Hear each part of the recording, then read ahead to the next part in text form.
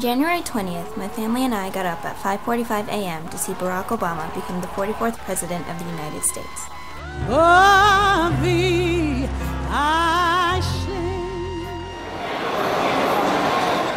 We parked the car at the train station and took the train to L'Enfant Plaza. As we neared our destination, the train cars filled with many people. I would have to say that exiting the train station was one of the hardest things I've ever had to do. As we filed out of the train car and headed toward the escalators, we were joined by hundreds of others trying to do the same thing. Slowly but surely, we made it up the escalator, only to be stopped by about 500 other Obama supporters waiting to exit this train station. I'd never seen so many people squished into a train station before. Then, a voice boomed over everyone from the loudspeakers, saying the three words that agitated everyone. This meant that we had to stand and wait until the gate was opened again. Word got around that a couple of people had been injured on their way out of the station, and paramedics were waiting for them to get to the top of the escalators after the gate. The gates were opened and closed a couple more times after that, and 1 hour later we finally got out of the train station. The cold wind felt so good against my face, and the air was nice and crisp. After leaving the train station, we walked in the street all the way to Washington Monument, which is the closest we could get to.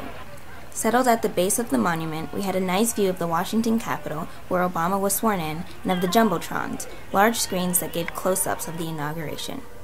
We arrived at our spot at around 9:15, which meant that we had 2 hours to wait until Obama came out. Those 2 hours seemed like forever, and it felt like it was getting colder and colder. As the procession began, former U.S. presidents were announced, including George Bush. But when George Bush was announced, boos could be heard along the entire mall that stretched from the Washington Capitol to the Washington Memorial. Later, when Joe Biden and Barack Obama were sworn in as Vice President and President, everyone who was sitting stood up, and those who were standing jumped and cheered. Yeah! Woo! Woo! The office. Here he comes. He comes on next. Yeah! Here we go. Prepared to take the oath, Senator? I am. Yeah! I solemnly swear. I, Barack Hussein Obama, do solemnly swear that I will execute the office of President of the United States faithfully. That I will execute faithfully the office of President of the United States. Will, to the best of my ability, preserve, protect, and defend the Constitution of the United States. Preserve, protect, and defend the Constitution of the United States. So help you God.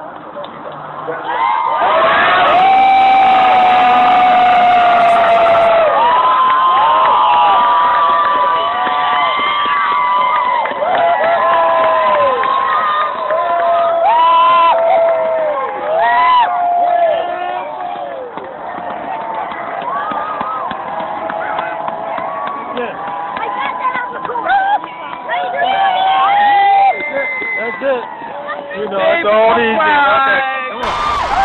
It is my great personal honor to present the 44th President of these United States, Barack Obama.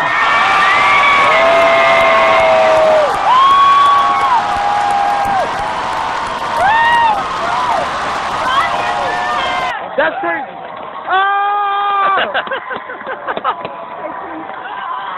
As Obama began his speech, I looked both ahead and behind me and realized I was among nearly 2 million people. Just like me and my family, they had all gotten up early that morning and suffered in the train station and in the cold to see Barack Obama. Knowing the significance of that day made all of the cold go away. It made me feel good to know that 20 years from now, I will be able to tell other children that I was at the inauguration of America's first black president. I stand here today humbled by the task before us. Listening to Obama's speech after he was sworn in was a very empowering experience, and I truly felt inspired. Towards the end of his speech, Obama stated part of the significance of that day.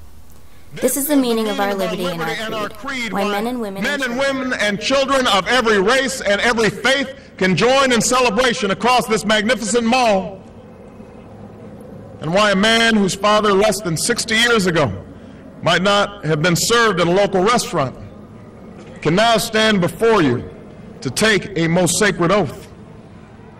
Hearing those words brought the family members on my dad's side to mind, Nana, my grandmother, and all of our ancestors who were slaves. The thought that a black man could become president of the United States didn't even exist for them. Dr. Martin Luther King came to mind as well. I couldn't help but wonder, how far have we come since his death? Have Dr. King's dreams been fulfilled? My 4 little children will one day live in a nation where they will not be judged by the color of their skin, but by the content of their character. I have a dream today. When really thinking about it, my answer is no. Dr. King's dream has not been truly fulfilled. But the inauguration of Barack Obama is a big step in the right direction. Having Obama as president only brings us closer to what Dr. King dreamed of, to live in a world of racial unity and integration. As I watched the tears flow down my mom's and friends' faces, I began to understand their joy. All of their friends and family members have been waiting for this day to come, and many of them died not knowing that a man like Barack Obama could change the world and the way we view one another. Uniqueness is not solely based on race, but on our personalities and our actions. This will be the day when all of God's children will be able to sing with new meaning, "My country, 'tis of thee." There was once a time when Dr. King's dream was believed to have been dead. My country, 'tis of thee, sweet. But today, President Obama has revived this dream. Today, we live in a time of hope and strive for change.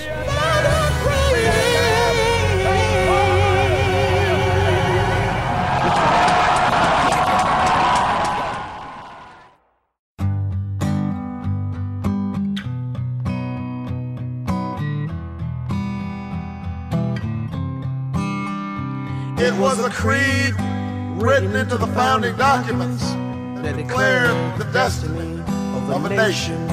Yes, we can. It was whispered by slaves and abolitionists as they blazed the trail toward freedom. Yes, we can. Yes, we can. It was sung by immigrants as they struck out to the distant shores, pioneers who pushed westward against the unforgiving wilderness. Yes, we can. Yes, we can. It was the call of workers organized, women